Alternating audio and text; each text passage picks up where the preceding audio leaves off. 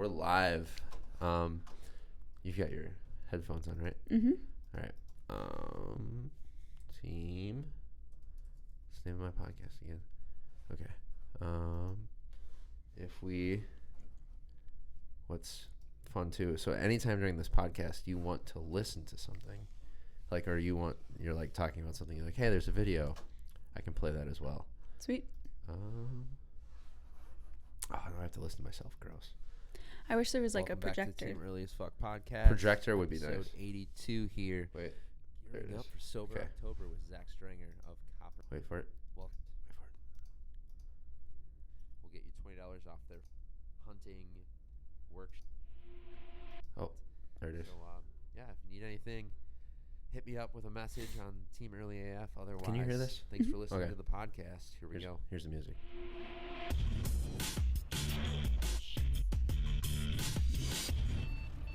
And then it's an annoying ass alarm clock because I hate that sound. Zach, I literally hate that sound. It's the worst sound ever. What's your alarm clock? That sound? noise. Oh, It's that noise. you'd think you'd change it. No, because nothing else wakes me up. So I've tried the gradual ones. They say are better for your like anxiety, because it's like Less waking trying. up to a stress response every day isn't the healthiest thing. Like right? Surprise, surprise. But I won't wake up to anything else. I will sleep through Other than everything. a stress response. other than a stress response, it's like sunlight and stress response. Well, unfortunately, what I've decided to do for a living doesn't allow me to wake up when the sun rises every day. That would be fantastic if it did. And my heavy sleeping will allow me to sleep through anything other than a very loud, annoying buzzing sound. So here we are, aware of what's aiding to my early death, but without a correct answer at this point. It's weird, right? It's the blessing of being human, Sure. right? Or the curse, I guess, because no other animal that we're aware of freaks out like we do about life and death. They're just like, hey, living the day, enjoying life, trying to avoid being eaten or dying, but not thinking about it like we are. Yeah. It's more of just existence. What an interesting way to frame that. Right? That's what I think about when I'm thinking, like, damn it, the stupid alarm clock. And then I have that whole The whole thing. goes through my head. Yeah, it was, or this last weekend, grouse hunting. So have you ever grouse hunted? Mm-mm. Have you ever seen a grouse in the woods? No. So they're not very big birds. They're like a larger-ish football, kind of. Okay. Like that size. Mm-hmm. And when you startle them, they make a really... I bet you I can find it. Are grouse the ones that have the beating, They drum. the The- drumming? So Where's the video? Damn it. So there's... I forget what group they are on, but there's like rough grouse, there's prairie chickens, there's like all these birds in Wisconsin, but the rough grouse, when you flush them, they sometimes will make like a little tweet noise, but most of the time it's just this like ruff of feathers, and it's really loud. Like if you flush it, you're like stepping within 5 yards of it, it'll scare the crap out of you every time. Even like to this day, if I'm hunting them without a dog and it happens, I'm still like, oh Jesus, like it just startles the hell out of me. So that hunting them with my dog, like with the intent of hunting them, he flushes one and I don't see it because there's a bunch of cover in the woods. And then I go kind of this way where he was running. I thought where he was running, but it was totally different direction because he's short and I can't really see him either. I'm trying to go off the noise of his bell. So he has a bell on his collar so I can hear where he is in the woods, because the woods are really like thick this time of year, and he's short. So I can't always see where he is. And if I had to rely on my eyes, I would most likely trip and fall like all the time, because you're like climbing over dead trees and through all this thick stuff. So I'm relying on my sense of hearing to hear his bell. And then also the bird flushed, and they make a loud noise with their feathers. And when they're what's called drumming, they actually create a sonic boom, which is like their mating call in the spring. They're crazy birds. They're so crazy. But so he flushes it. I went where I thought it was based on the sound, and where I thought he was going. Well, I missed him. He went a different direction. And then I kept walking, and then I accidentally flushed it again. So I saw it, had the gun up on it, was about to pull the trigger, and then in the back of my mind, all these things I've read about hunting dogs saying, hey, if you, especially in the first couple of years, don't shoot a bird that your dog isn't aware of. And even though he was technically aware of this bird because he flushed it first, I flushed it second, but he wasn't in the direct vicinity. So I had all these stupid like background thoughts in my mind when the only thing in my mind should have been, hey, shoot the grouse. And that hesitation is like, to me, the definition of human existence, because you're always thinking about stupid shit that doesn't matter in the background. So that was my one of my rough grouse stories right there. Yeah. That didn't go where you thought it was, did it? No. No, it didn't. Do you have any well, let's introduce you first, and then we can answer this question. Kelly Adlington here from all the things. Which do you spend the most of your time on? Is it farming, the show, or recycling? Which one takes up more of your life? Probably Rising Sand Organics. Okay. Kelly Adlington does Rising Sand Organics. She's one of the cooperative farmers. What's the next one? I don't really want to like make some kind of order here. You have to. Well, you're going by my descriptor of order, which is lifetime.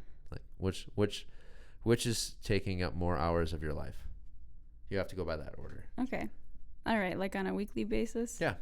Yeah, you're not. I don't want you to put a value judgment on which one's your favorite right now. I'm saying which ones do you spend the most time doing? Okay, so probably Rising Sand Organics would be first, and then following that would likely be Recycling Connections, which is a nonprofit, and following that would probably be, like if we average it out, Central Waters, and then following that would probably be the Tuning Fork.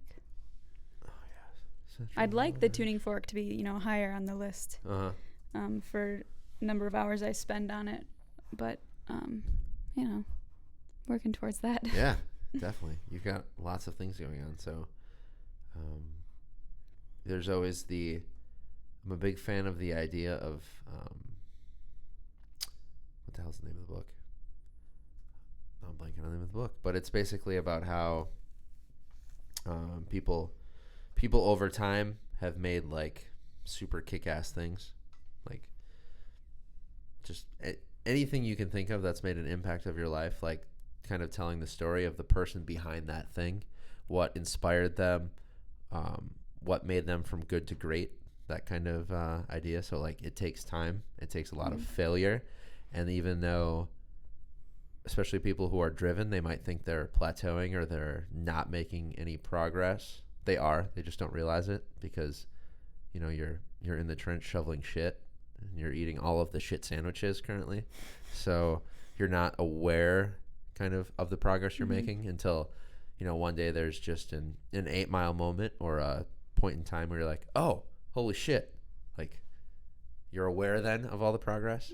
So, I like the way you say that. It feels like you've plateaued, but you're actually just unaware of all the progress that you're making. Yeah, because just by doing whatever the thing is more, like that is experience. Yeah. Experience is progress. Exactly. So. Exactly.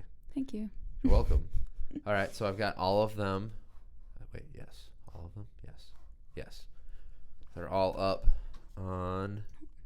What do you mean, like you typed them out? Yeah, they're all up on the browser. So... Oh. Yeah. See, I really wish I could see your screen right now. I know. I need a projector on the wall. But I've just got them up here, so yeah. It's okay. I know what they all look like. All right, you've been to all of them. Have you been to all of these things? The Tuning Fork, Rising Sand Organics, Recycling Connections, and Central Waters. Have you been to all of them? You mean like physically? Yeah. Well, assuming that the tuning fork is actually like the physical location would be 90 FM, yes. Yeah. Okay. Perfect. I've been to 3 of the 4. Can you guess which ones? Yes. You gotta guess. Oh, I know you've been to the farm. I know you've been to the radio station. I definitely know you've been to the brewery many, many, many times. Damn it. That was easy. All right. Fair enough. Okay. So now you have to. We gotta go back. Oh, we gotta go back to the original question. Do you have anything like any streams of consciousness or thought where you're just like, that was so dumb, and you're like, but it's just kind of like your psyche or your you're just what your brain thinks about in downtime or random thoughts? Do you have anything like that? Anything that I think about? Yeah, like the fact that I was should be shooting a grouse but didn't, or when my alarm clock goes off, I think of, wow, this is dumb. Why do I have this? And then I'm like, oh yeah, I love my job, and nothing else wakes me up. Those kind of like. Okay, can you repeat the question one more time? Do you have any streams of consciousness that take up a fair amount of your life, like your processing time, that you think are dumb, but still valuable to what it is you do? If that makes sense. Okay. Yeah, I feel like I'm still maybe a little unsure about what exactly you're asking. I don't even know what I'm asking. Try so to if you want to say pass, say pass. That's fine.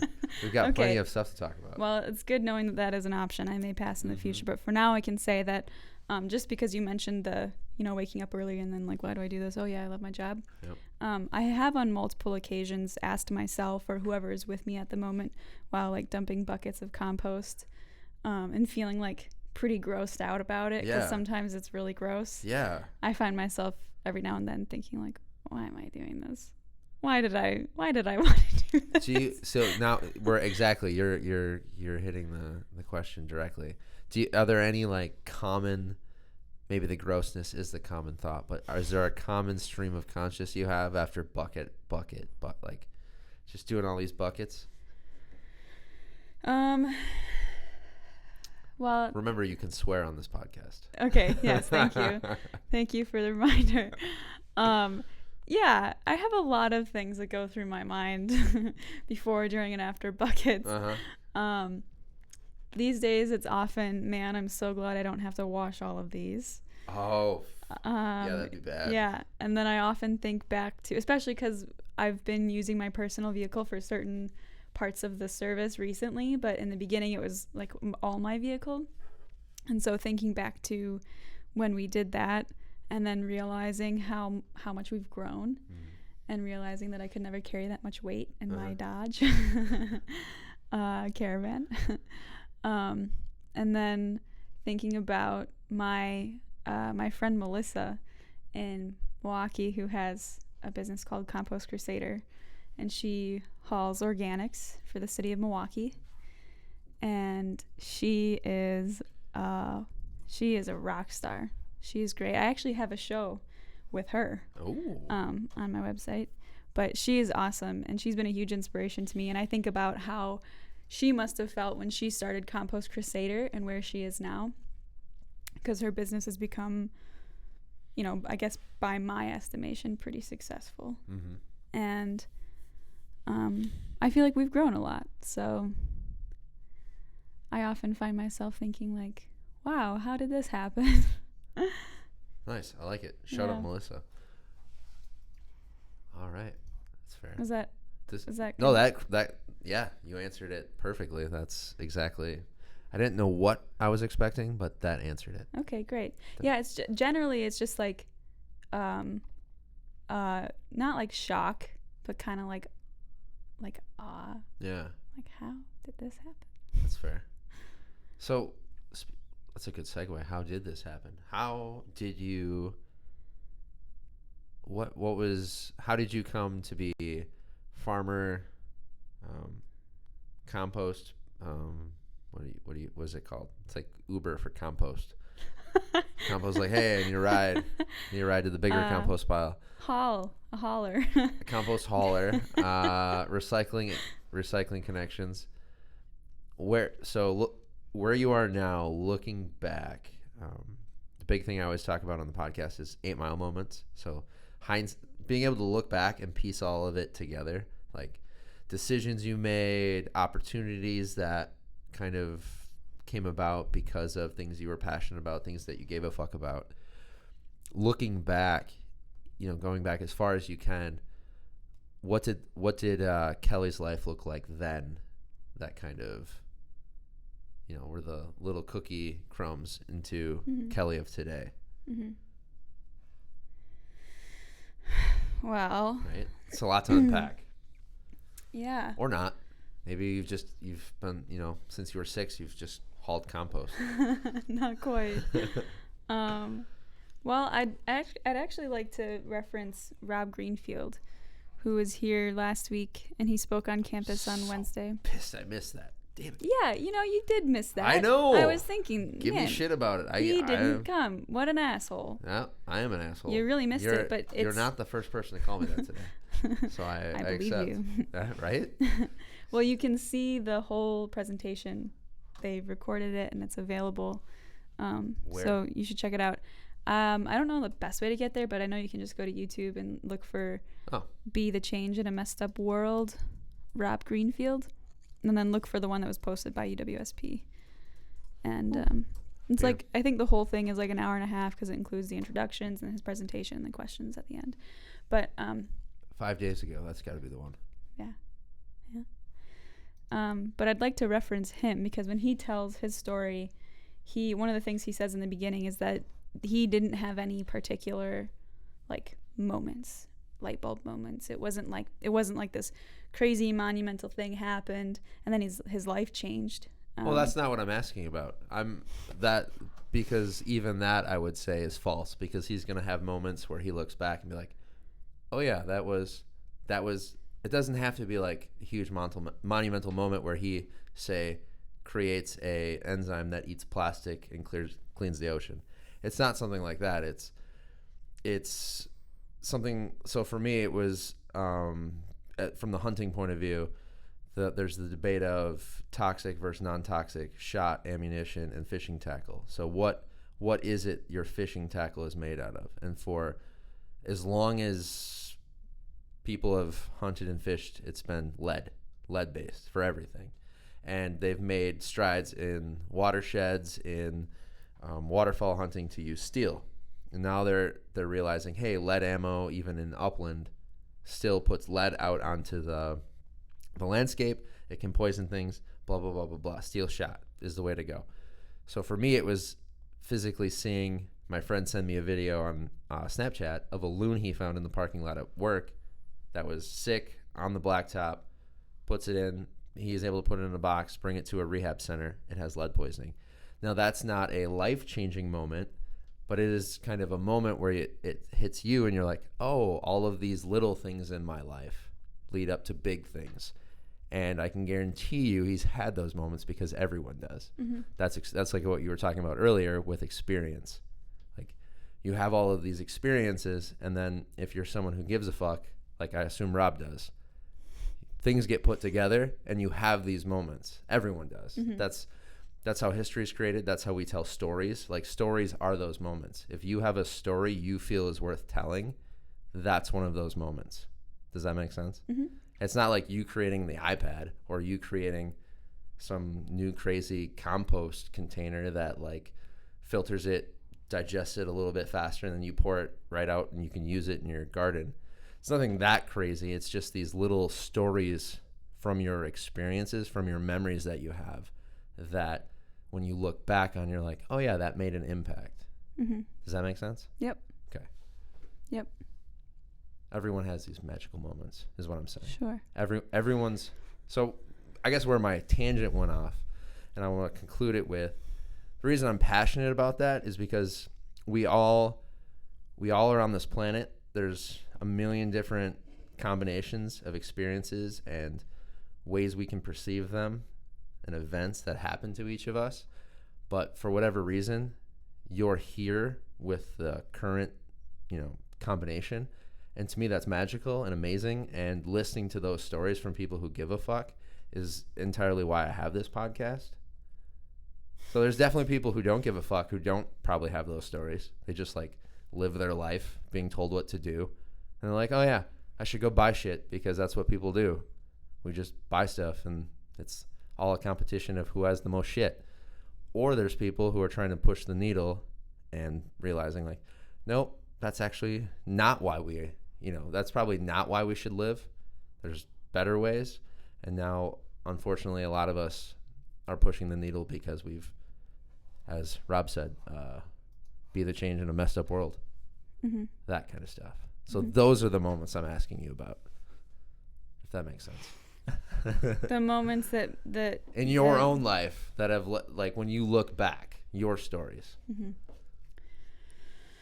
That collectively eventually lead me to be here now. Or just cool stories. Maybe you haven't even linked them to what you do now.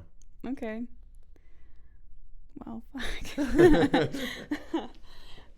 Well, okay. I mean, I remember in grade 7 at Thomas Jefferson Middle School, Mike Bursch, who was my teacher, mentor kind of guy at the time. Okay. Well, I remember seeing him leave his classroom every Friday with his little blue recycling bin. And finally I asked him, like, why do you take that with you? And he said, well, they don't recycle it here. So I take it home and put it in my recycling bin at home. And I was like, oh, but those bins are everywhere. And everybody says that we do it. And he's like, yeah, but they don't really. I don't know why. And I always remembered that. And that kind of, and just seeing him do it, and he didn't make a scene about it. It was just part of his routine. Every week he would bring it home with him. And seeing that was like, there are so many of those things that everybody could do, that you don't have to make a scene about. You just incorporate it into your life and it has a positive impact. Yeah. And that was, for me, I guess that was, specifically for recycling, because that became the thing that I was really into for a long time, was recycling, just religiously. And I loved buying things for a really long time. And if I'm being honest, I still kind of like buying things sometimes. But when I was a kid, it was like, I was huge into consumerism. But that's not what it was to me at the time. And I loved recycling all the things that I bought, or the packaging of things that I bought. Like, I loved recycling it. And then eventually I learned that just because you can recycle it doesn't really mean that that's a good thing. And that's becoming even truer now in the last 2 years, with the changing and the shifts in the recycling industry. It's definitely a lot different now.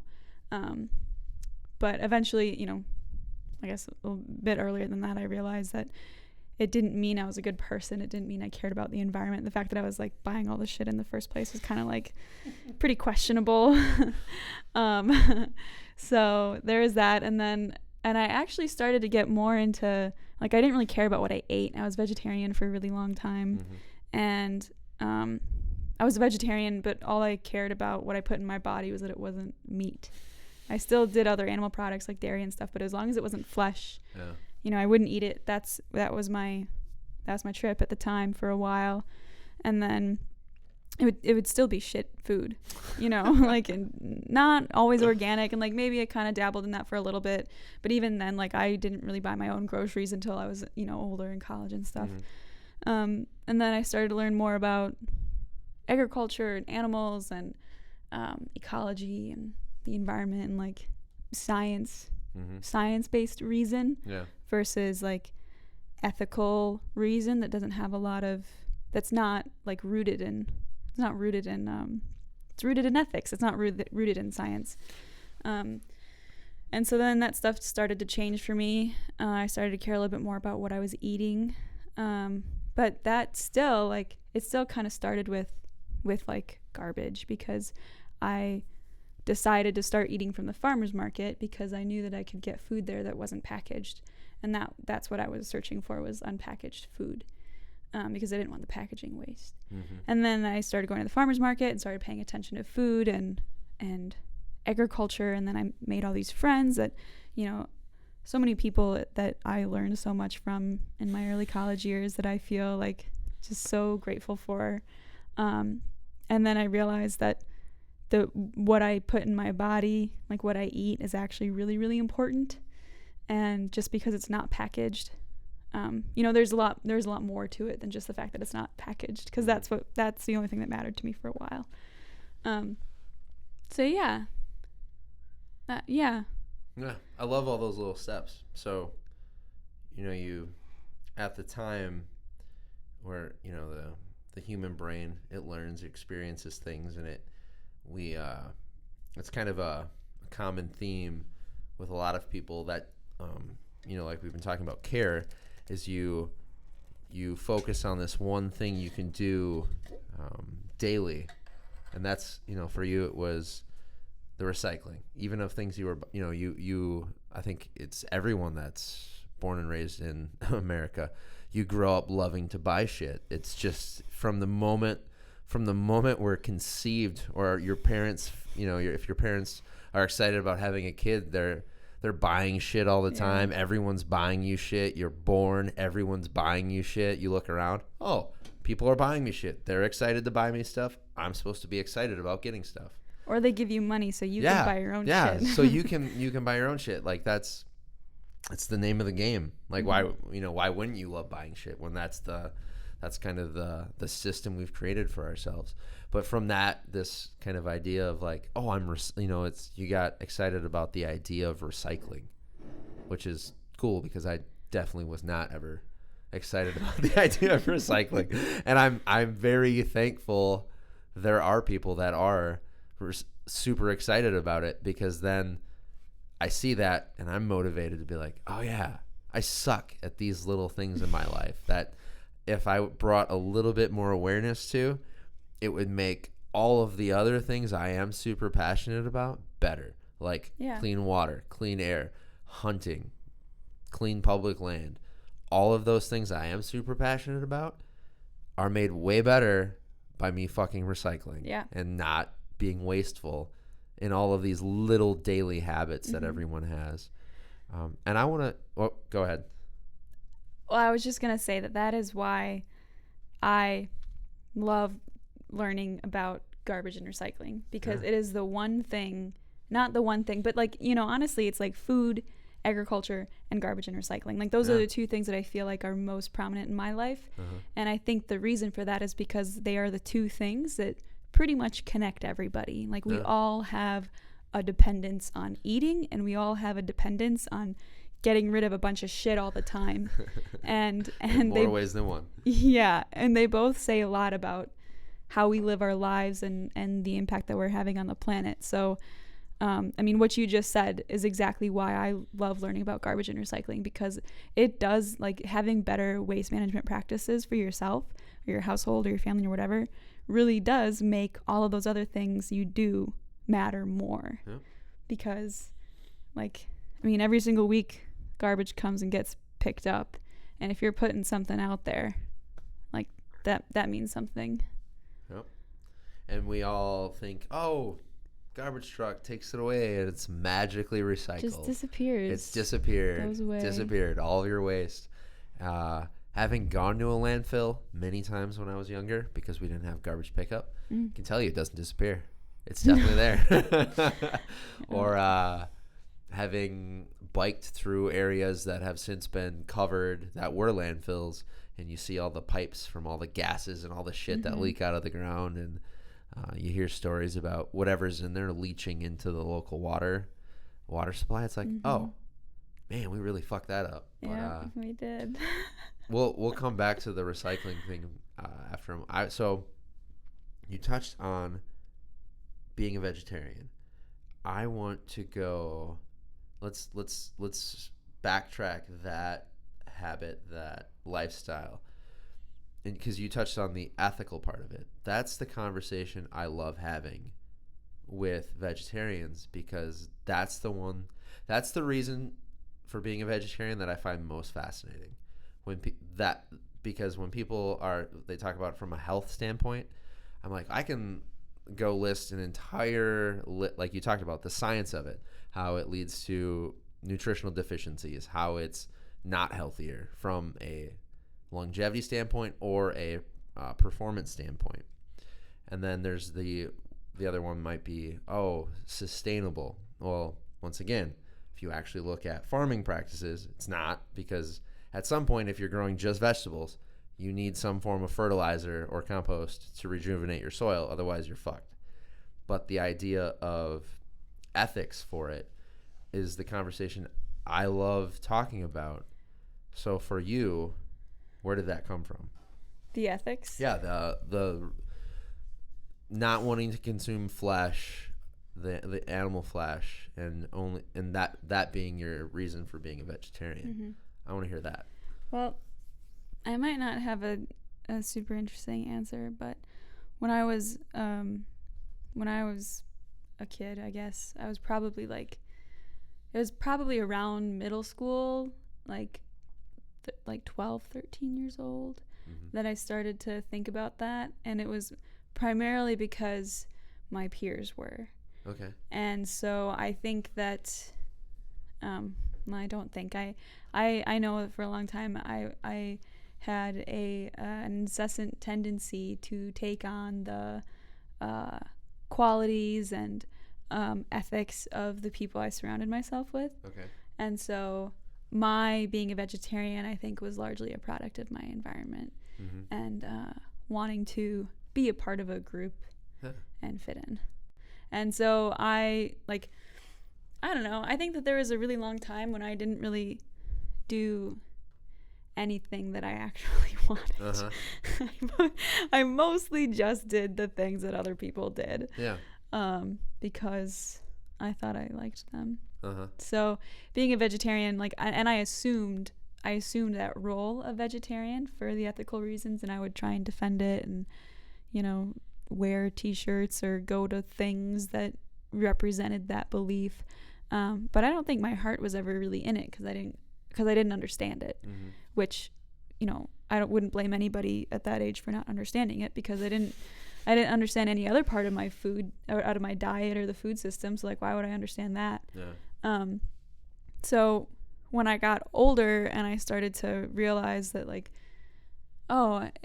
just because I don't want to eat meat doesn't mean that I should be eating soy-based frozen foods from Pick and Save, and I should maybe eat real vegetables first. It took me a while to realize that the soy-based frozen foods from Pick and Save weren't a legitimate stand-in. But once I did, it was all over then. Okay. I don't know. It didn't really answer your question. The ethics behind it, the ethics were the ethics had less to do with the actual ethics of killing animals and had more to do with my personal ethics of being exactly like my friends. Gotcha. And it felt like something to believe in too. It felt like I didn't have anything else going for me. It's I might as well care about this cause because it seems to make sense or make enough sense. And it's been a while since I've thought about this, and I felt like I could see animals and I could feel passion for them and compassion and not want to take the life of something. And so if I didn't want to be responsible for taking the life of something, then I shouldn't be eating the flesh that comes from that. That was enough of a reason too. That didn't seem right, killing things. And then maybe I'll leave it there. The idea of killing things was kind of uncomfortable for me. Yeah. And what about now? Still? Well, now I'm kind of it's important to me, right? What I eat is really important to me. And so I feel a little, not really like a hypocrite, but I recognize the irony in me not kind of just waffling on this. But honestly, I'm not sure if I want to continue eating domestic animals or animals that are domesticated. I think that my ethics might align more with eating wild animals and truly acquiring that for myself. And so the reason that I say I feel kind of like hypocritical is because I don't hunt. And it's something that I've been wanting to learn from some friends for a couple years now, and I would like to incorporate that into my life, but right now I don't. And I don't often buy meat. I realize that because some of my friends eat a lot of meat. Like with every single meal there's like a meat portion, and that's fine. I'm not saying that I disagree with that, but I personally just don't find a lot of, and maybe it's just like the vegetarian tendency that has remained in me for a long time, but it's not my first thing to buy meat. It's usually like Saturday, there's nothing going on, I'm gonna sleep in and make some bacon. So like I'll go get some bacon from the farmer's market from one of my friends. I don't eat meat that I don't feel connected to in some way. That's not entirely true. Like I do admit to going to Two Harps and having a burger every now and then. So good. It's Monday right now. Dollar wings there, if I'm not mistaken. I think Tuesday's burger day. Is it? Yeah, Tuesday's burger day. Yeah, I've done there Tuesday. Yeah. So I still do that, but my deeper reasoning for things, I usually am, I don't know. I guess I was going to say I'm usually plant-based, but I definitely eat meat. It's just I make it a priority to eat only meat that I feel connected to in some way. Yeah. I'd go for the vegetables too, I guess. Fair enough. Well, in a way, especially if you're eating pasture beef or pigs, you're still plant-based because they're converting they're converting inedible plants into energy for you. So if you break it down at the cellular level, you're still plant-based. Though I realized that you were asking about the ethics earlier about being a vegetarian, and I guess it's mainly ethics now that I'm conflicted with, because I said I'm not sure how I feel about eating domesticated animals.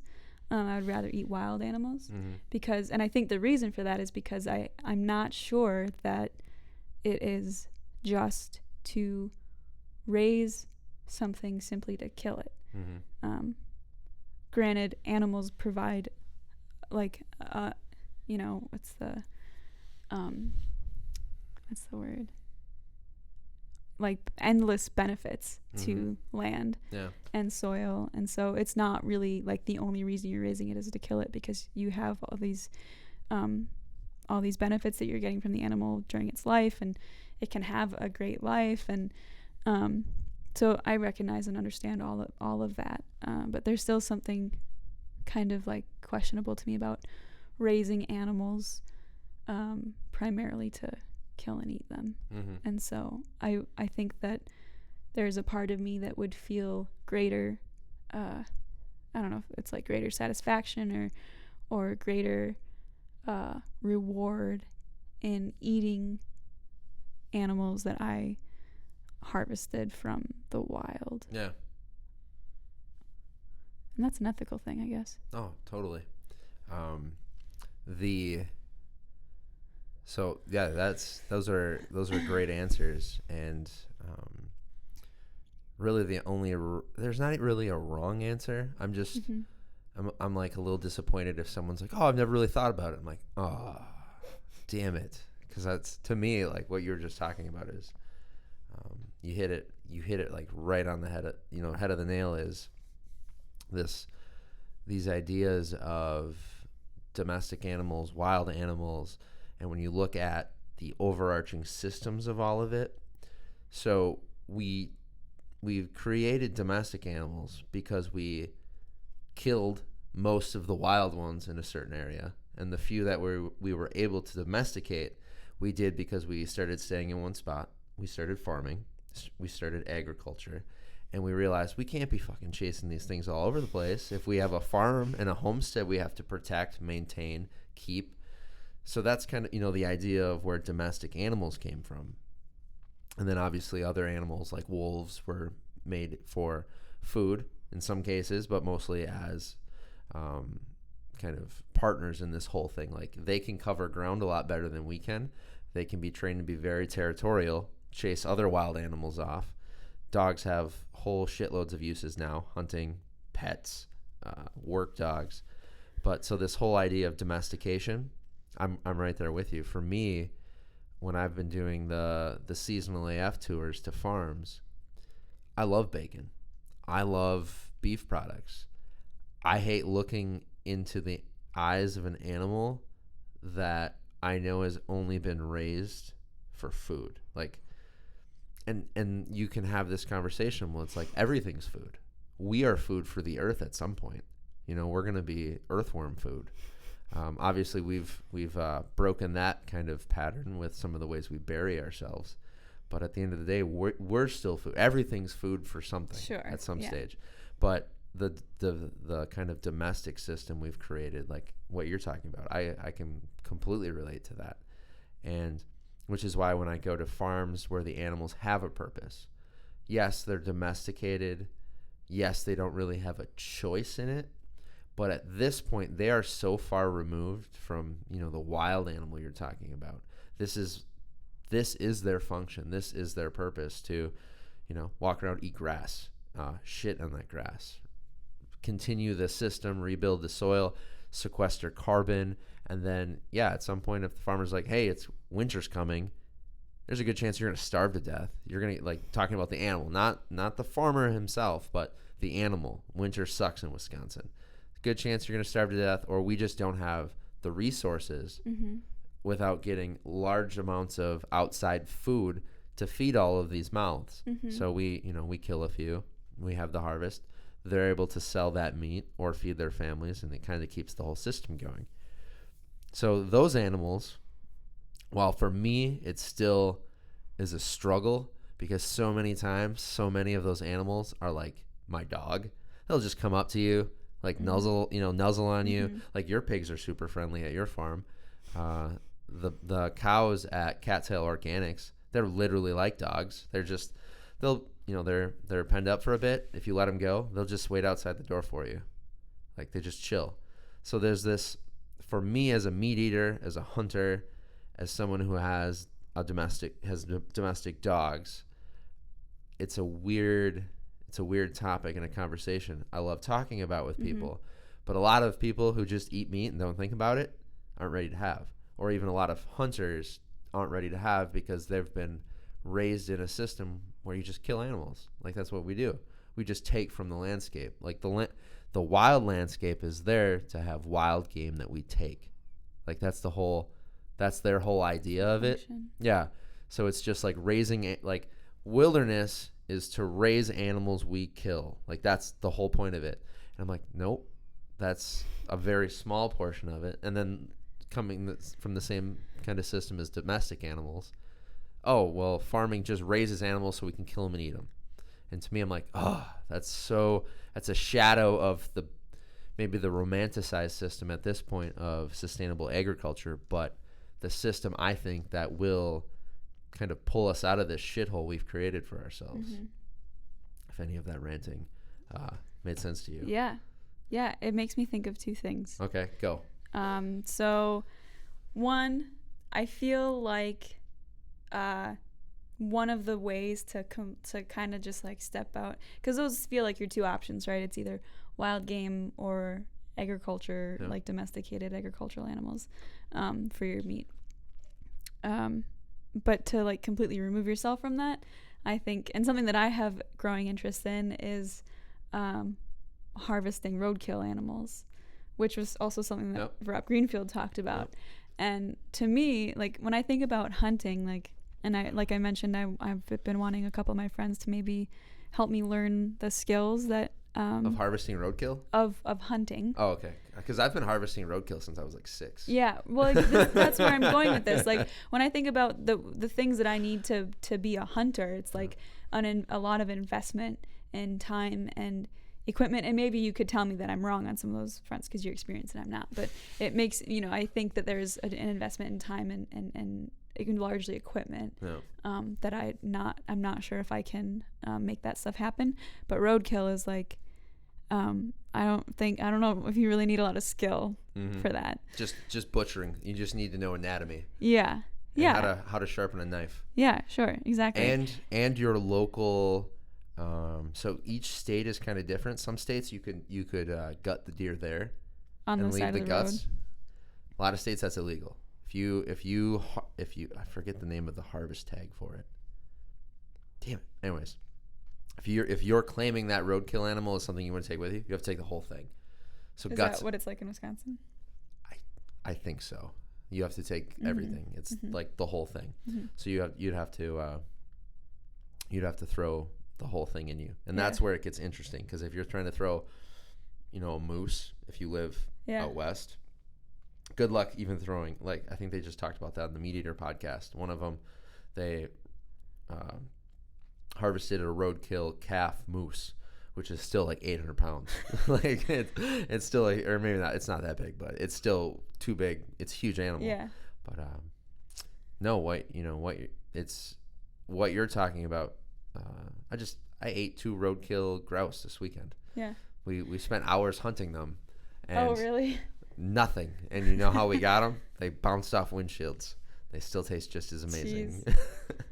Yeah, I mean, and like that stuff aside, I think that there's a lot to be said for that kind of a harvest. The harvest of something that will otherwise have been wasted, which maybe isn't a fair thing to say, because if it's been hit on a county highway, there's bound to be other wildlife that will harvest from that. But if I can benefit from it, I'm willing to take that on.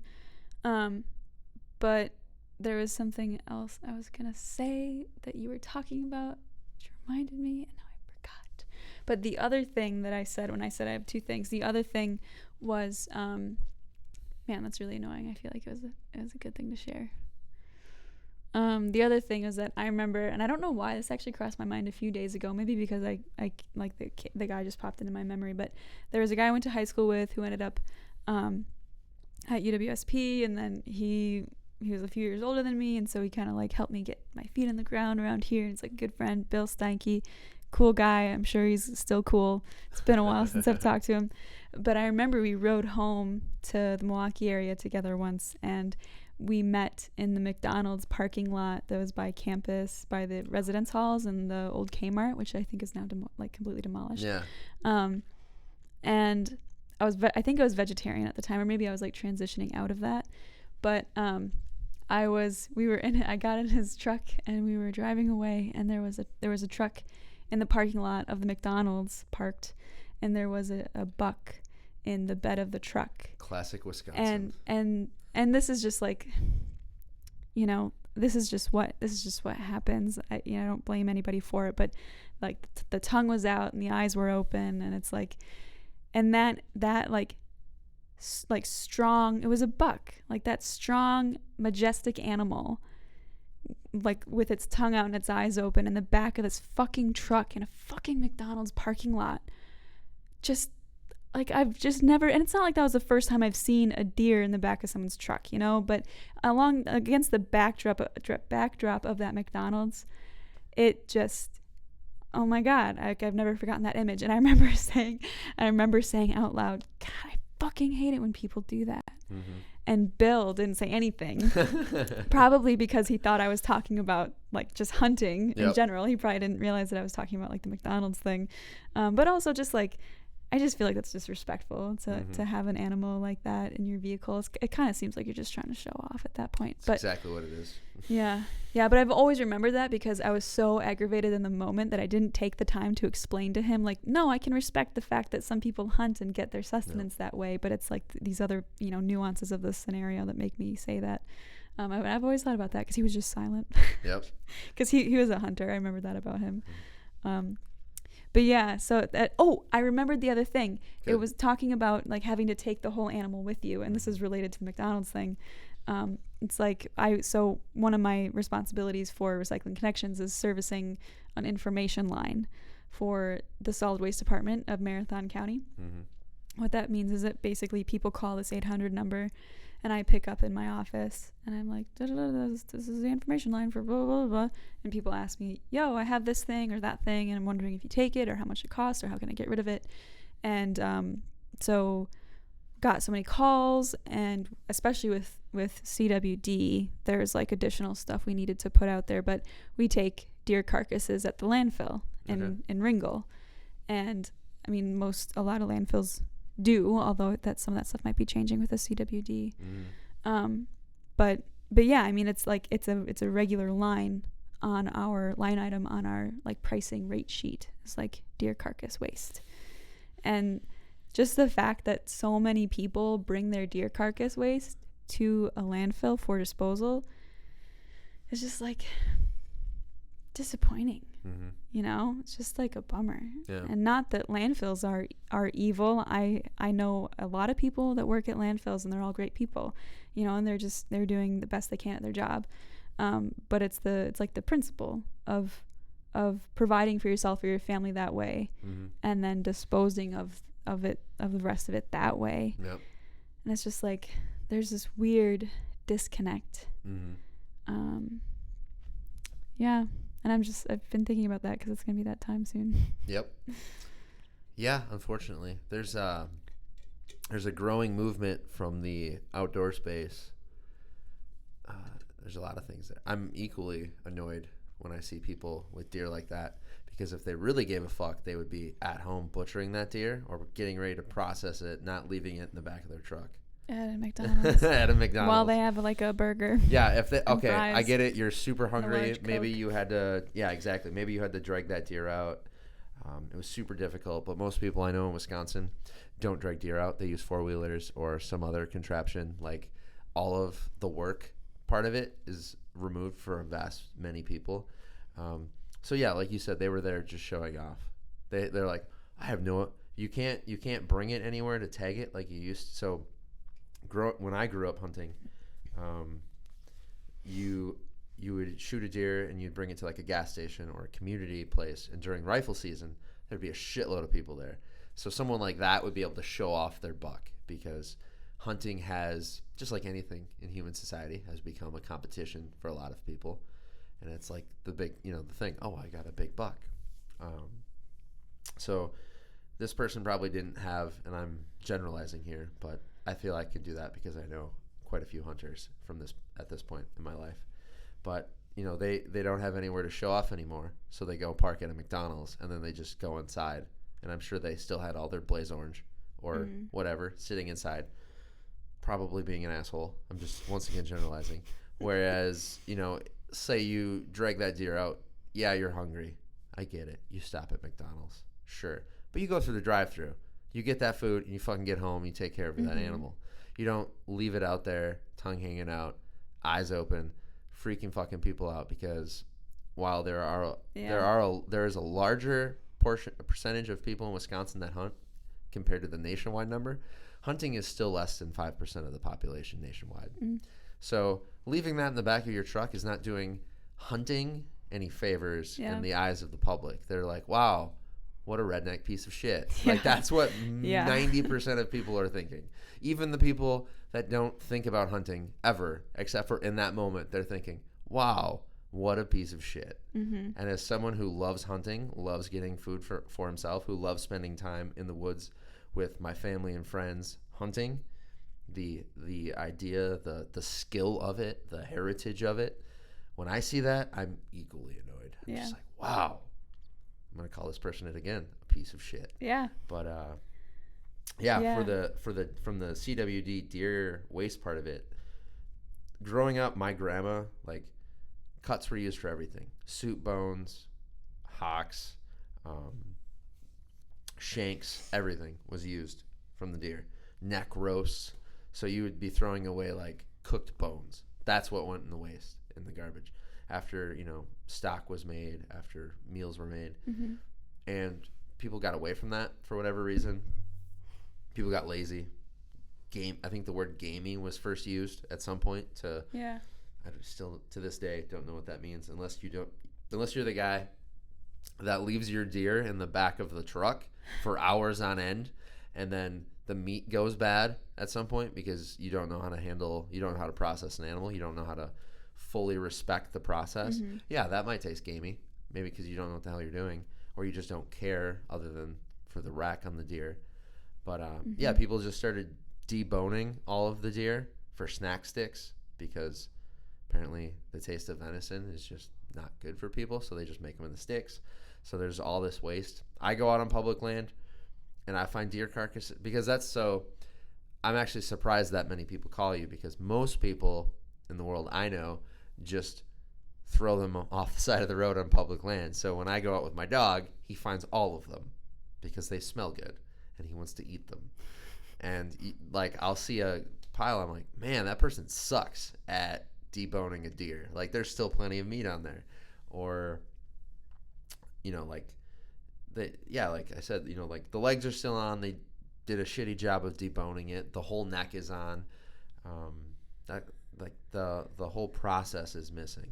It's hunting, once again, going back. It's hunting to take something from the land, because the land is just there to give you game.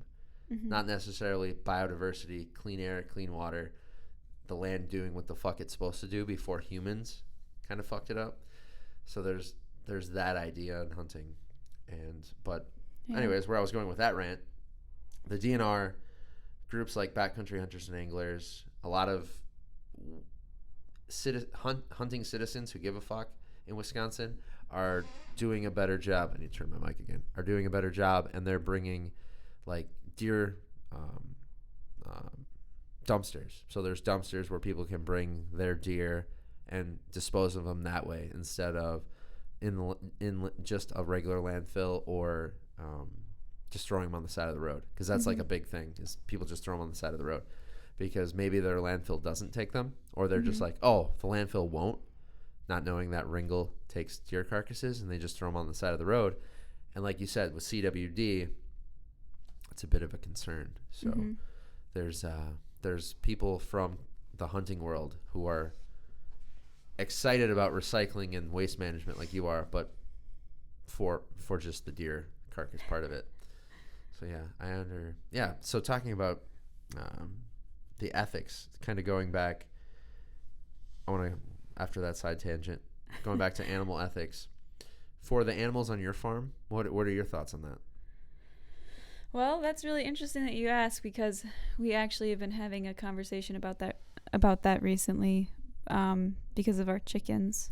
And you even like went into it and talked about how it's going to be winter soon and you're probably going to die unless we bring all this stuff in for you. And we have laying hens, and we've got probably like 40-ish, maybe 36 to 40 birds laying eggs, and they haven't actually been laying that well recently, which it's that time of year. Yeah, I suppose. It's not that cold yet, and I was kind of hoping it would go. I'm still also learning about laying hens, so maybe I sound like an idiot. But anyway, the fact that they're not laying as well as they were for a period of time is like, doesn't make the case for them any stronger. But yeah, I mean, we've been asking at our last farm board meeting, we were talking about it because we're basically faced with keeping them over the winter and putting like a bunch of money into feeding them and keeping them warm and the time and effort into doing all that stuff, versus culling them and having a bunch of stew chickens. So, and maybe that's not exactly what you were asking, but that's a conversation that we've been having, and I'm not sure if we really reached a conclusion yet. Especially considering, like, my thing is about efficiency. You know, I try to be really considerate of my fossil fuel usage, and so the idea of spending gas to like get out to the farm to care for these birds, it's like I might as well just buy some eggs from the co-op, or from, you know, plenty of my other farming friends have laying hens that I could get eggs from too as well. So that one I'm not sure about, but in the meantime I think they're generally happy, you know, as far as an ethical perspective goes. Like they're mostly outside.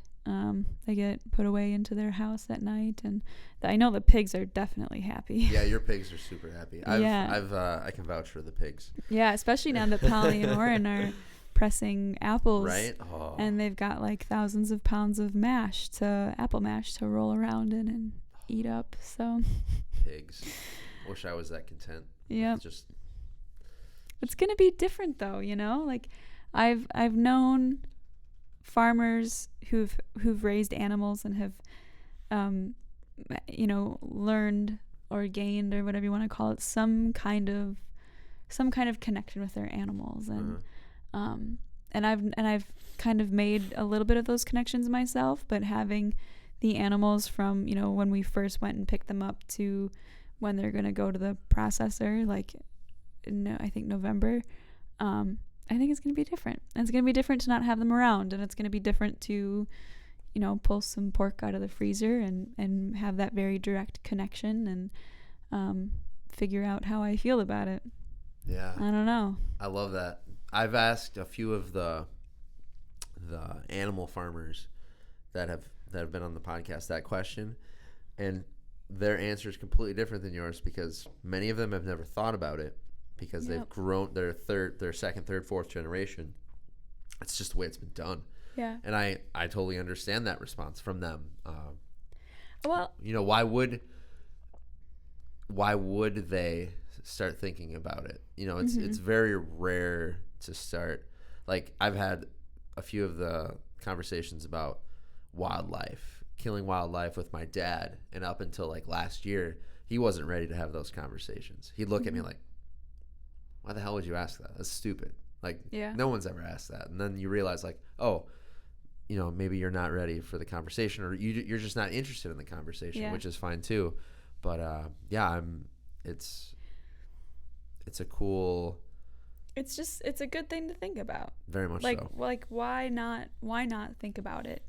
And yeah, I mean, give it the act of raising your own food, and the act of like having an impact on the land and that animal itself. Like, why don't you give all that some respect and like actually think about it? And I always thought that that it was kind of like a black or white thing, you know, like you either were completely desensitized to it, you raise animals, you kill them, you sell the meat, like that's the routine, or you are not into that at all, and you don't eat meat, and you wouldn't raise an animal and kill it, and you know, it was either black or white. But a couple years ago, I remember a farming couple I know, the woman was not fond of the animal because it was really mean to her. Because for whatever reason, sometimes they form those like habits with humans. But the animal was like very, was really good with the man and this farming couple. And I remember her saying to me, like, kind of quiet and off to the side, like, I think he's gonna be pretty upset, but I'm okay, you know, like I'm ready for that. This thing can go. Yeah, but then she was talking about how her partner was gonna have kind of a hard time with it. And so I always thought it was either black or white, but then it was like this I don't know if it was, I guess it would have been a sow that you'd had for so long. Like, you form this connection or this like habit with, and then I mean, it's not black and white. Rarely is it. So I always thought that was interesting, that some people can form those connections and they can have a hard time when it's time for that animal to go. And that's okay. Whatever. I love it. I don't think we touched on it. What was growing up? Did you garden, farm? I know you were from the Milwaukee area. What did that look like? Yeah. What was your family's relationship with food? Well, or food systems? Sure. My mom did some canning. I think she did more of it when she was younger, and then when she had me and my brothers, when my parents had me and my brothers, it was like every other family, you know, taking advantage of the things that make life easier. But growing up, I knew that like in the basement there was a shelf where it was like all the canned food, and there were pickles and tomatoes, and I think it was mostly pickles and tomatoes and maybe some like jams or like some sweet things like that too.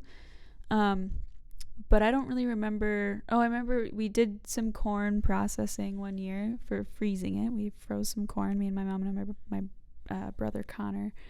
One year did a bunch of that, and I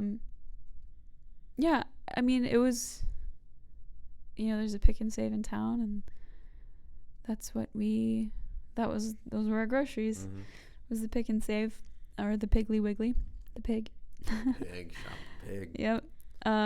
And Yeah, I I'd hate to offend my mother, but it wasn't like a huge priority. It wasn't a big thing in our lives. How many siblings did you have? I have 2 older brothers. 2 older brothers. Yep. Was your mom a single parent? Were both your My parents? parents, nope. My parents have always been my parents. Okay. And my father was the breadwinner for a while. Okay. And then I don't know like what's like too much information. Like if my parents listen to this, I don't know what they would be upset with me saying. You don't have to. So I guess where I'm getting at is, I'm sensing your parents are good people and they did the best with what they knew, what they were exposed to, the world they were raised in and learned from. And my parents were the same way. Like, I love them to death. I come from a little bit more extensive, obviously, the hunting and the farming standpoint, or not farming, but gardening standpoint. But a lot of the things they kind of took for granted were part of that system that's kind of led to, where we are now with waste, climate change, kind of the air, water quality that we're dealing with, the dead spots in the ocean leading from all the river runoff, like the things they just weren't aware of. Nobody was talking about it. It was just take. A land of convenience. Convenience and technology will solve all. You don't have to worry about anything. There's no negative to the systems we've created.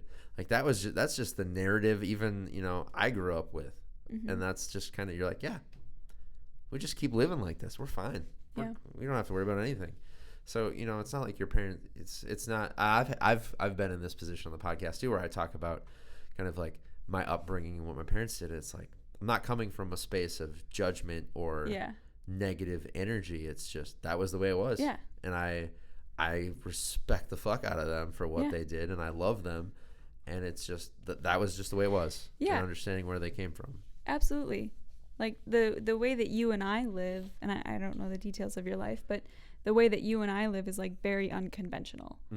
And it takes like certain things or like certain experiences or the luck of the draw maybe to like to recognize that and to say, oh yes, I'm actually going to pursue this kind of unconventional lifestyle. And so most people don't have that. And so I think my parents, they raised me and my brothers in the best way that they knew how, which I think was pretty great. I feel super lucky every day for everything my parents provided for me. And they cared about our health. They definitely cared about our health. I totally remember we rarely had fast food, and every time we did, it was like a treat. And I don't even remember like liking it. It was more so that we didn't do it very often. Yep. And so it was exciting when it did happen. It had nothing to do with the food itself. Yeah. It was just the fact that it was like considered a treat. Yep. But then even then, every time we did it, I could always tell like the disdain that my mother had for like breaking down and giving in and saying, fine, we'll go to McDonald's or whatever it was. Yeah. She hated it every time because she knew that it wasn't good for whatever her reasons were. That's awesome. But yeah, I mean, food was important. If I think about that, food, like meals were important. We had dinner together as a family, all 5 of us at the table every single night. Wow. And yeah, that's kind of wild to think about that just because it's been so long that we did that. And now, their lives all of our lives are totally different. My brothers are, well, one of them's in Colorado, has been for almost 10 years. The other one is mostly in Colorado, but has been traveling on the summers for school. And both my folks now are still, it's not really Milwaukee. It's the suburbs of, north of Milwaukee. And then I'm here. So yeah, everything is super different. But I think back to having dinner together as a family every single night. We never missed it. So meals were important. Maybe that's something I've carried with me too. Yeah, definitely. Well, I've shared in a farm meal, the Thursday. Yeah. If anyone is listening, schedule yourself a farm visit. Put in some work. Bring a dish to pass, but go plan it for Thursday. stay out of their way. They got shit to do. But if you really want to go hit up Rising Sands and tour the farm and meet everyone, I would plan on a Thursday. Yeah, Steph Jones makes lunch on Thursdays, and she's a total boss. Steph Jones. Yeah. Bless She your actually heart. she last week she made this killer venison stew, and I was like, and usually for the lunch shares we provide, not usually, like the whole thing is that we provide the food Yeah. that they cooked for us. Yep. And she said she had this venison stew, and I was like, where'd you get the venison? Like that's There's- like a truly selfless thing to do, you know? And she said, well, it's getting to be that time of year again, and my friends are cleaning out their freezers from last year's harvest, so there's just some venison to spare. There you go. It was super good. Well, and where your farm is, there's deer fucking everywhere. Yep. You where your farm is located, lots of deer. Yep. Lots of deer. That's awesome. Yeah, Steph Jones, she makes some great food. She rocks. Yeah, I mean, so I didn't realize this podcast was going to be mostly like all about animal ethics. I was gonna say, But I did not expect to I'm talk about meat this much. I am enjoying the hell out of where our conversation is going right now. And if you're not, just say nope, pass. Let's go to something else. Okay. But I will. going back to the idea of wild game and your interest in hunting, scavenging, I'm gonna have to. Do you read? Do you like reading? I'm not very good at it. What do you mean you're not very good at it? I have a problem like sitting still. Oh, that's fair. I can relate to that. I listen to things. Okay, I'll give you. I'm trying to get better at reading. So if you have a book recommendation, please share it. I'll write it down. I would like them. I would like to read it. Woman the Hunter, and then the hell's the name of the other? Georgia Pellegrini. But Woman the Hunter is one of my all-time favorite outdoor books, and it's written by Mary Zeiss Stang. But it talks about, it challenges a lot of like the ideas of like man the hunter and woman being the gardener or taking care of the homestead or all that bullshit. And it's more of like, no, people hunted, yes, but more often than not, we probably scavenge shit. Like, you and I, we would be some of the, well, technically we'd probably be older back then because what was the median, like 40? Sure, yeah. But the more fit, younger male and female people in the tribe would be the ones out hunting, gathering outside of the immediate kind of vicinity of the homestead, because the older and the younger would be taking care of the really old or the really young. Yeah. And then kind of that middle male female would be out scavenging from other predators that are way better at killing shit than we are, like wolves and bears, or just, hey, we found, instead of roadkill, it would be, oh, this animal fell off a cliff or this animal drowned. You and I would be like, all right, we're going to cut up and carry it back to camp because this is what nature has presented to us. But yeah, what is it? Okay, yeah. Mary Zeiss Stang, over 2 million American women hunt. By taking up weapons for the explicit purpose of killing, they are shattering one of Western culture's oldest and most firmly entrenched taboos. The image of a woman armed and dangerous is profoundly threatening to our collective psyche, and it is rejected by macho males and radical feminists alike. So it touches on kind of what you were talking about, obviously from the food standpoint, and also this idea that women can kill, because I don't want to assume, but I'm guessing most of your friends back in the day that you were like, yeah, we're vegan because we care about animal ethics, were women. Was it a group of girls? Are you asking? Yeah, that? I'm asking you. I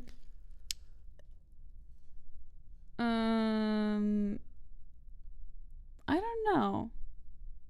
It was really just a couple people. Yeah. It was small, but I guess they both were girls. Okay. That's kind of the world I've experienced as well. It's a lot of women who are like, well, we don't kill, we don't hurt, and they're kind of furthering that idea that women are gentle, women are Yeah. soft that, oh, they could never harm anything. Like, Yeah. that's the idea they want to kind of further. And that's the same idea that the redneck dude at McDonald's with the deer in the back of his truck would be glad to say, oh, my wife's back home baking cookies or some of this Yeah. bullshit. Where Mary's Eye Staying is like, nope, there's a bunch of badass chicks out in the woods with guns, with bows, spears, way back in the day. And they are just as lethal, just as capable, just as fit, just as skillful at harvesting wild game. It's just, currently, culture, we've fucked up in a lot of ways, and that being one of them. Kind of like the idea that, oh, man's the hunter, and then woman is, whatever the hell traditional patriarchy says they are. Yeah. So there's this book, and then going into it from the food standpoint you were talking about.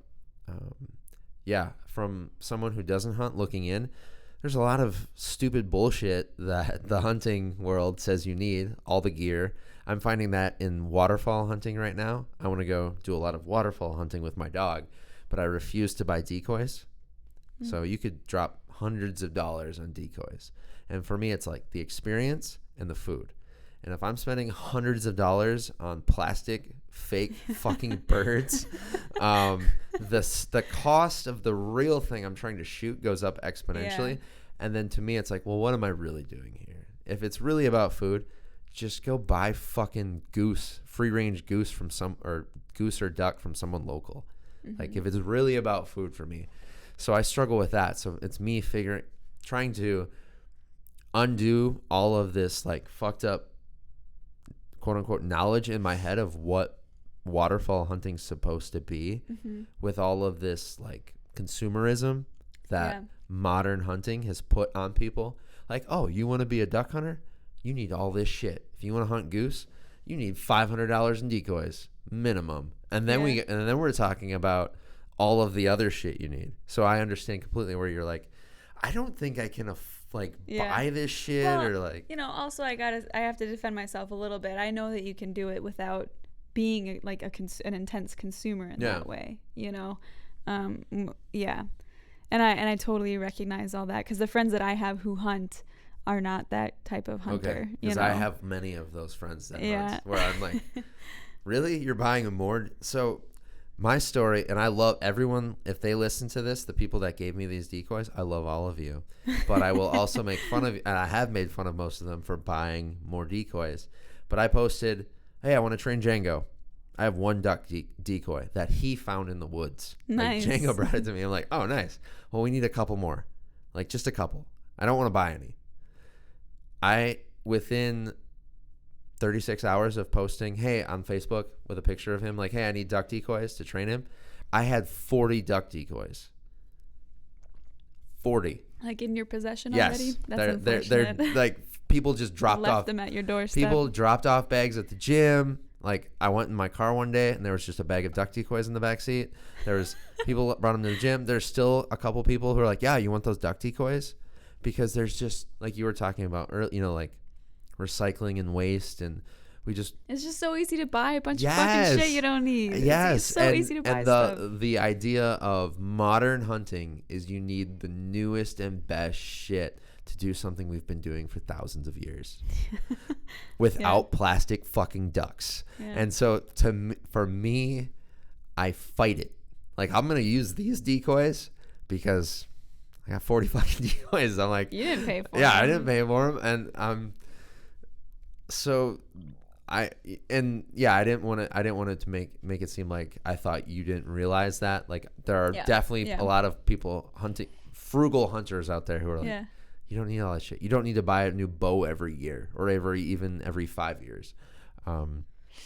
So there's, that part of it. And she definitely kind of calls out that in here. And the idea of, what Rob Greenfield is talking about when he when he was here, and I definitely want to watch this, and you can cover kind of maybe some of what he talked about or things that you found specifically important maybe for what you do or for Steven's point.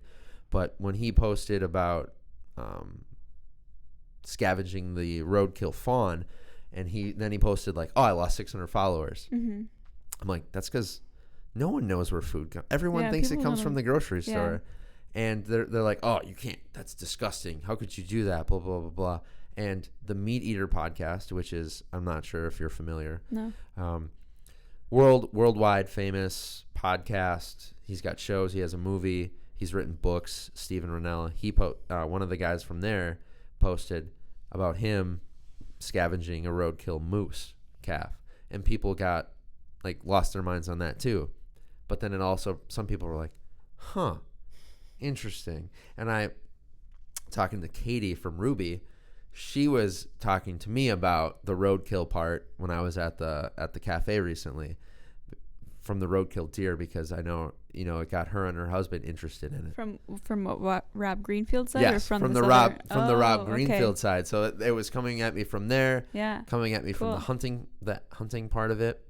And so when you were talking about the scavenging, the scavenging side of it, obviously Yeah. with your background and your passion and recycling systems, food systems, it makes sense to be interested in it for you. And then the idea of hunting, and what's kind of going full circle with hunting then is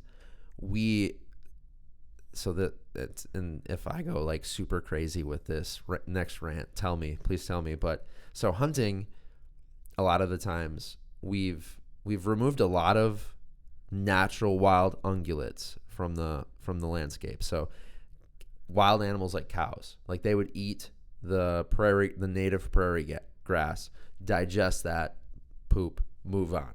Like they would do that throughout Wisconsin. Let's just take Wisconsin. So we had buffalo, we had elk doing that. We killed all of them. All right. So now we have white-tailed deer, and white-tailed deer do very well in edge habitat. So your farm and the surrounding woods, they love that shit because there's tons of food, there's tons of cover. They do well. We have more white-tailed deer now than we did at the time of European colonization. Like there weren't that many deer that like compared to now. Yeah. So that's a crazy idea, right? That the reason we have as much hunting opportunity as we do is some of it's the wild habitat, the woods habitat, but a great percentage of it is agriculture, like what you're doing with your farm. But more specifically, big ag with cornfields and soybean Yeah, I was fields. going to say, not exactly what I'm They doing. love that shit. They would go into your vegetables if they weren't, Yeah. fenced off. But those cornfields, those soybean fields, that's what provides so many deer that people hunt. Mm-hmm. So that's like a crazy idea to wrap around when people are like, oh, I hunt.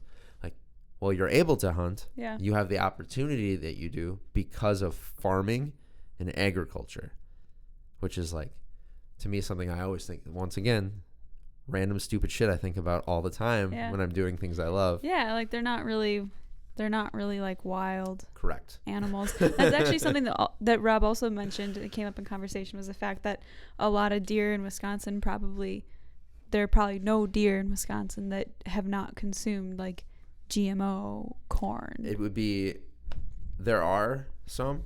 I'm sure from his perspective they're not, because he's never gone where they are. But so I have spots I go to hunt for free range deer, and then I have spots to hunt for agriculture deer. Yeah. And there's a very big difference in when you process them, from the color of the meat, the size of the deer. Interesting. So what he's saying is very true. Like most people that hunt in Wisconsin are hunting agriculture deer. Yeah. Like they have access to corn, soybeans, ag fields. Yep. There are areas you can go where the deer aren't traveling that far, because they, especially does, have very small kind of, as long as there's food access, they have very small window, like areas that they'll cover. Mm-hmm. But yeah, even the difference between like a swamp deer that's eating acorns and browse and their natural food compared to one that's like public land surrounded by ag, very different from the color of the meat to the like I said, the size of the deer. It's completely different. Mm-hmm. That makes a lot of sense. And it's because of farming. You have hunting access.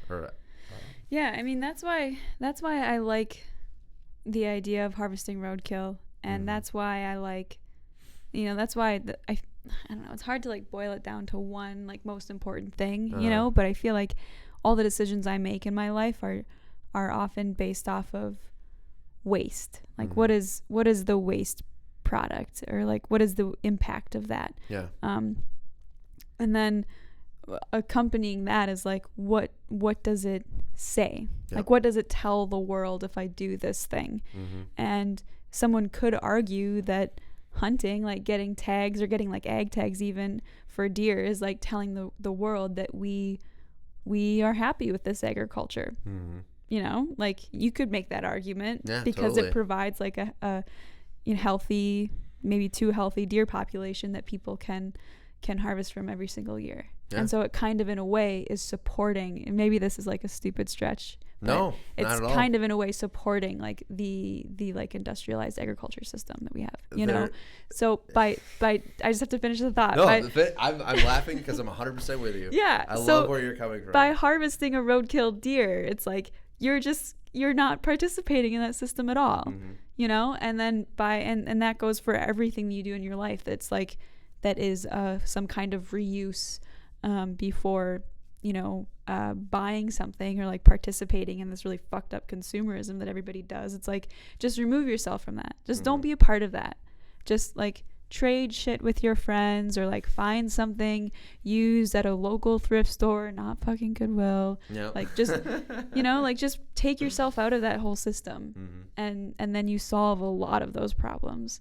Granted, from my personal experience, there's still a lot of really intense consumerism in the thrift world. Like that's something that I'm kind of coming to terms with now, is that it's an easy way to continue consumerist habits, as long as it's not brand new, as long as you can find something used, it's sort of a justification for it. But when it's not used, and when that kind of ethic isn't abused in that way, it's actually just like a really great way to take yourself out of this conventional mainstream system of consumerism, which is what our whole world is based off of. But if you just don't show demand, you just don't show demand for that thing, then you should feel good about yourself. I like it a lot. That was my rant. No, that was an awesome rant. That was amazing. That's like, we're already at an hour and a half. Oh my God. That would be a great spot to end, right? I know it's already been an hour and a half. We're going to have to do another podcast soon. Because all we did was talk about... We talked about meat and animals. We talked about animals, animal ethics, which is a topic I love nerding out about. And there's very few people open to having that conversation like you did today. So it was awesome. I loved hearing every part of your perspective. At no point, there's not a right or wrong. There's not judgment. It's just, I'm super interested from someone like yourself who gives a fuck, who's in, all of these systems and all of these, the food systems, the recycling systems, the information and education systems from your show. Good beer. I'm gonna throw that in there. I loved hearing every moment of it. So I apologize for just wanting to talk about that. But for me, I'm super passionate about that system, and it's from as a hunter, as a meat eater, from the health and fitness standpoint, especially because protein gets pushed a lot in health and fitness, and it's like, well, where is that protein coming from? What is the impact that it's having on the community, the environment? Even when you were on your last rant, and I was laughing, it was because what you were coming from, the realization that, looking at it as a farmer who's kind of pushing back against industrial farming, like, hey, we can't do that long term if we want to live on this planet. There's hunters who have their private property or maybe public property that's like farmed and public, and they'll be the person that's all clean air, clean water, but then they're using Roundup Ready products on their food plots. So they're pumping all these chemicals into the land they own, thinking, well, this is how we grow big.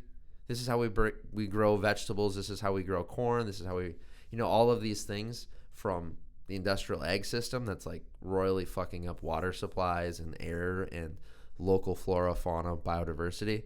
They're doing that on a smaller scale because they think that's what that's the only way it's supposed to be done. But then on this other hand, they're like, well, I love clean air and clean water. It's like, do you though? Because you're doing all this other thing. So it's a conversation that people on both sides, and going back to the Meat Eater podcast, they bought 40 acres and they're trying to do it all with sustainable agriculture, like renewable systems. So they're looking at perennials, and no-till and all that. So it's like this conversation that a lot of people are having in all these different pockets. And that's why I wanted to nerd out with you, because you're doing all this cool shit. Yeah. Well, thanks. Cool. Yeah. Yeah, dude, we should talk some more. Definitely.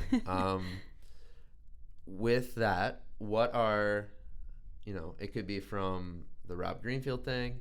It could be from all the things you have to do. What's like a concluding thought for people on getting started, maybe with compost or recycling or thrifting, or I don't know, making good beer decisions? Whatever. Oh God, those are all like totally random things. That's how my brain works. I Okay. apologize. Well, I guess. Okay. But wherever your mind goes with the idea of a concluding thought, sure. actionable steps. This is really good of you to ask me, because I ask all of my guests on my show, so what's like one more thing? What is something you want all of our listeners to hear? That's my way of asking basically the same question. And I've never had the pressure put on me. So thanks, I guess. You're welcome. Well, I would say that I am, sometimes I'm grumpy. We all get grumpy sometimes, but I generally like making myself available to talk about stuff like this.